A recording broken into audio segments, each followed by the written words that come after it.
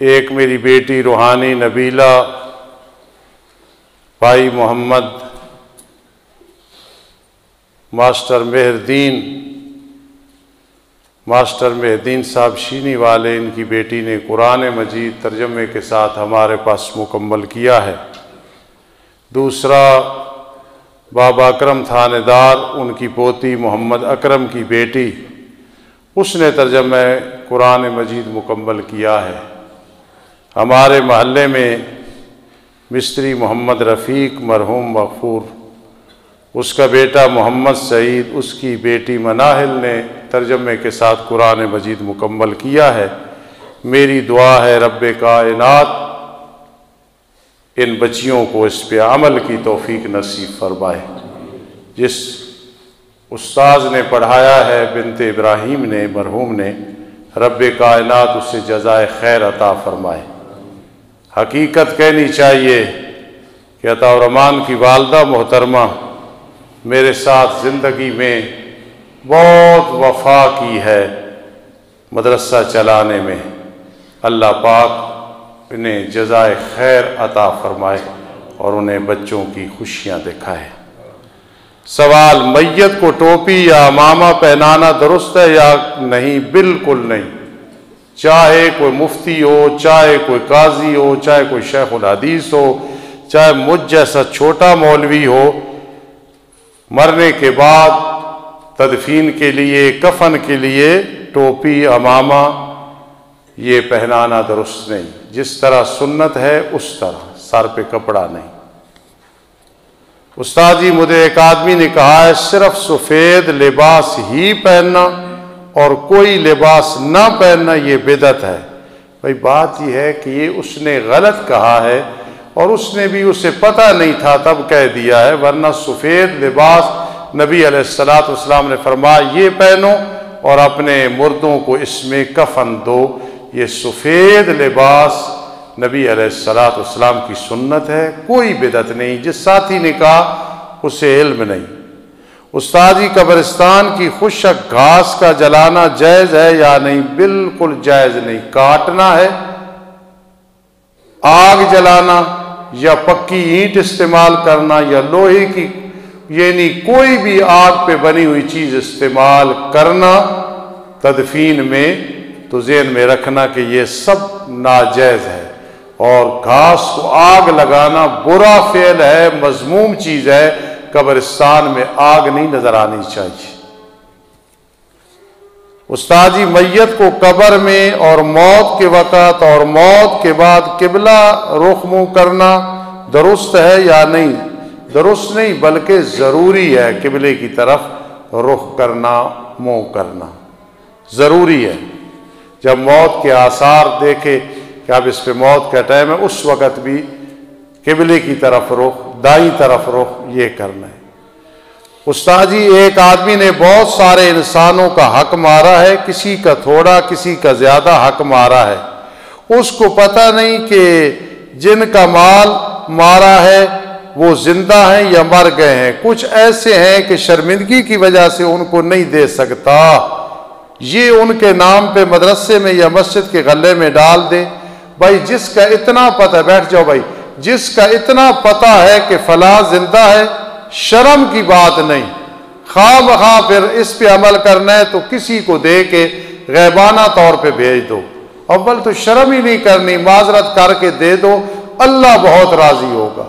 और जिनका बिल्कुल पता नहीं है, पूरी कोशिश की है, हत्ता कि साल तलाश करे फलां का रिश्तेदार फलां का, फिर उसके बाद अगर मदरसे, मस्जिद या बेवा को दे दे, यतीम को दे दे, यानी और कोई चारा नहीं है, तो फिर इसाले सवाब कर दे। 1 साल तक तलाश करता रहे, हो सकता है कोई ना कोई उसका वारिस निकल आए। उस्ताद जी, गिलाफ काबा का टुकड़ा मैयत के कफन के साथ रखना बायसे बरकत है या नहीं? भाई कहीं से भी ये साबित नहीं। कफन तो पुराना हो जाता है, बेहुरमती होती है, इसलिए ये कोई कहीं से साबित नहीं, ऐसे नहीं करना। उस्ताद जी, लोग कहते हैं जो आदमी कबीरा गुनाह करता है ना, शराब वगैरह, उसका रिज़्क हलाल नहीं। भाई बात यह है कि कबीरा गुनाह करने वाला अगर उसका रिज़्क हलाल कमा रहा है तो कबीरा गुनाह की वजह से रिज़्क हराम नहीं बनता है। ये जिसने भी फतवा लगाया गलत फतवा लगाया।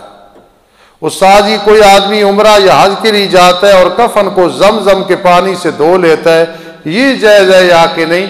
ये जायज़ है कि उसने धो लिया, सिर्फ ये कि इससे बरकत होगी। कोई गिलाफ काबा नहीं रखा, कोई कुरान मजीद की कोई नुस्खा नहीं रखा, कोई अल्लाह का नाम नहीं लिखा, सिर्फ धो के आया है। ये मैंने तहकीक की है, ये नाजायज़ नहीं है। उस्ताद जी मौसम सरमा में जुराबे और मौजू की वजह से टखने नंगे नहीं रहते, इसका क्या हुक्म है? शायद जिंदगी में मुझसे किसी ने ये पहले सवाल न किया हो, फिर मैंने भी तहकीक की है, मैं छोटा आदमी हूँ। तो ये जो हुक्म है ना कि टखने नंगे करने नमाज में और नमाज के बाद, ये शलवार और तहबंद के हैं, ये जुराबे और मौजों के लिए हुक्म नहीं है। वरना अगर टखनों को नंगा रखना है फिर मौजा इस्तेमाल नहीं कर सकता और जुराबे इस्तेमाल नहीं कर सकता। ये आप जानते हैं कि जुराबों पे मसला नहीं है, वो अलहदा मसला है। लेकिन अगर जुराबे और मौजा है तो टखना छुपा हुआ रहता है, इसमें कोई हरज नहीं, वो शलवार वगैरह का हुक्म है। ये किसी साथी ने बड़ा अच्छा सवाल किया है। उस्ताद जी सुना है जुम्मे वाले दिन जवाल नहीं होता, बिल्कुल झूठ है। पूरे हफ्ते में, पूरे महीने में जवाल का जो टाइम है वो है। कई कहते हैं मक्के में नहीं, वो भी हदीस मालूल है, वो हदीस सही नहीं है। बिल्कुल हर जगह दुनिया में जो जवाल है जिस टाइम पे वो है, कोई माफी नहीं है। नमाज में दरूद शरीफ के बाद दुआ है या कि नहीं? है ही असल दुआ कि दरूद शरीफ पढ़ लिया, उसके बाद रब्बे जालनी कोई और दुआ पढ़े, फिर नमाज के बाद पढ़ लें कि दरूद पढ़ के दुआ नहीं। ये किसी ने गलत मसला बयान किया है, मुझे गुस्सा नहीं आता, मैं कहता हूँ अच्छा है कि लोग पूछते हैं, फायदा हो जाता है। उस्ताद जी कौमी कब्रिस्तान में चंद कब्रें पहले ही तैयार करके रखनी जायज़ है या कि नहीं? जायज़ है कि कोई इमरजेंसी हो सकती है, मौसमी हालात होते हैं, कोई आदमी रखता है और निगरानी के साथ, और कोई फौत हुआ तो उसी की कद्दो कामत की कब्र है, इसमें कोई हरज नहीं है। एक आखिर में गुजारिश सुन लें, मिठाई तकसीम हो रही है, उस वक़्त तक तकसीम करो जी। ये बच्चियों की तरफ से भाई मिठाई है, अल्लाह पाक उन्हें नेक बनाए। एक बात उधर मिठाई और मेरी तरफ से, किसी आदमी ने एक दफ़ा नहीं मुतअद्दिद दफ़ा एक बात की है और आज मैं जवाब देने लगा हूँ। आदमी को ऐसा नहीं, ना मेरा दुश्मन ना आपका दुश्मन, लेकिन उसका तकिया कलाम है कि बार बार कहता है, साथियों ने तंग होकर मुझे बताया कि यार बच्चों को दीन नहीं पढ़ाना चाहिए, मौलवी भूखे मरते हैं। तो मैं उसे कहता हूं अजीज तुझे मौलवियों का पता नहीं, मिंबर पे बैठा हूं, कई दफा दुआ की है, या अल्लाह बैंक बैलेंस नहीं, पैसे इकट्ठे नहीं किए, खर्च करता हूं, लेकिन जिस तरह मुझे माली तौर पे सुकून है, अल्लाह सारे उम्मतियों को सुकून दे दे। मैं नहीं, कितने उलमा है, मडियाले में ले ले, कारी अब्दुल जब्बार साहब है जी, जलाली साहब है, सईद मुजाहिद साहब है, आसिफ नदीम साहब है, मैं किस किस का नाम लूं, किस सुकून से जिंदगी गुजार रहे हैं। और जिस मेरे अजीज ने कहा, मैं कोई गुस्से में नहीं होता कि मौलवी भूखे मरते हैं, उससे पता ही नहीं मौलवी क्या है। अताउल्लाह बंदियालवी जब तकरीर के लिए आता है तो ऐसे महसूस होता है कि सदर पाकिस्तान आ गया। उनकी टोपियां नहीं गिन सकते हो, जर्सियां नहीं गिन सकते हो, और जितने उलमा है, शाह साहब है वगैरह, ये गलत ख्याल है कि मौलवी कोई भूख से नहीं मरते। बंदियालवी साहब कहते हैं मौलवी भूखे नहीं मरते, सैर होके बीमार हो सकते हैं। इसलिए जिसने ये कहा है अपनी जबान को बंद करे। मेरे अजीज तूने फिर मौलवी को देखा नहीं है, और ये जो लफ्ज कह रहा है, खुदा की गिरफ्त जब आती है ना, बहुत सख्त आती है। अटक में एक आदमी को फालिज हुआ तो मुझे उसने खुद बताया कि उस्ताद जी आपको पता है इसको फालिज क्यों हुआ? ये शुगल में खड़ा था तो ये मस्जिद की दीवार को ठुड्डा मार गया, पांव मारा, बात कर रहा था, समझ नहीं आई, मस्जिद को अल्लाह पाक बाज़ औक़ात अचानक गिरफ्त कर लेते हैं। खुदारा ये लफ्ज ना कहा करे। आपने फिर मौलवियों को देखा नहीं, मौलवी जिस इत्मीनान से जिंदगी गुजारते हैं, अल्लाह पाक हर किसी को तौफीक दे। अगर गुर्बत भी हो ना तो वो ऐसे हाथ नहीं फैलाते, वो अल्लाह से राब्ता करते हैं। जिसका ये ज़हन है उसकी इस्लाह करो, कहीं अल्लाह का अज़ाब ना आए। ये भाई ज़फ़र नामे वाला मेरे मदरसे का खादिम है, सफ़र करता है चंदे के लिए। कोई भी है भाई, मैं उसकी जूतियों का खादिम हूँ। वो बीमार है, अल्लाह उसे शिफा दे। और मेरे भाई हाजी बशीर साहब बीमार हैं, अल्लाह पाक उन्हें भी सेहत दे। और बहुत सारे लोग छोटे बड़े बीमार हैं, अल्लाह भाई सबको शिफा अता फरमाए। कई मेरी माएँ बहनें बीमार हैं, अल्लाह उन्हें शिफा दे। जिन बच्चियों ने पढ़ा, अल्लाह इनके वालिदैन, इनके दादा दादी, पूरे ख़ानदान में ज़रिया निजात बना। दरूशी पढ़ लें।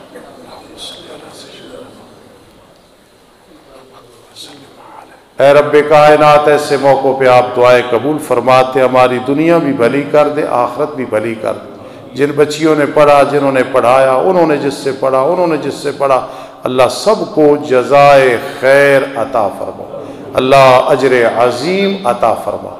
अल्लाह हमारे छोटे बड़े सारे गुनाह माफ़ फरमा दे। हम पे या उम्मत में से किसी पे, कोई यहाँ बैठा है, घर में है, जहाँ कहीं किसी किस्म का वबाल है तो अल्लाह उसे उस वबाल से निजात दे दे। किसी पे माल का, औलाद का वबाल है, किसी चीज़ का गुस्ताखी का वबाल है, अल्लाह तू रहीम है, तेरा मिजाज नरम है, सबको मुआफ़ फरमा दे। अल्लाह जिसकी बीमारी आजमैश है, अजाब है, जो कुछ भी है, सब बीमारों को शिफा दे दे। अल्लाह जो मकरूज है, चाहे कर्जा अजाब है, चाहे अल्लाह उसके लिए इस्लाह है, चाहे आजमैश है, अल्लाह तुझसे कौन पूछने वाला है, कर्जे से फारिग फरमा दे। अल्लाह जितने लोग बीमारियों से मायूस हो चुके हैं, रब्बे कायनात सबको शिफा दे दे। जो सब्र की हुई है उनको भी शिफा दे दे। अल्लाह हमारी तेरे साथ मोहब्बत है, नबी अलैहिस्सलाम के साथ मोहब्बत है, सहाबा इकराम उलमा से मोहब्बत है। अल्लाह क़यामत के दिन नबी अलैहिस्सलाम के झंडे के नीचे उतार, आपके हौज़े कौसर से पानी पीने की सआदत नसीब फरमान। अल्लाह पता नहीं किस वक़्त कब्र में लिटा दिया जाएगा, मौत आने वाली है। अल्लाह अकेले होंगे, कोई साथ नहीं होगा, तेरी रहमत साथ होगी। अल्लाह अज़ाब कब्र से महफूज फरमा।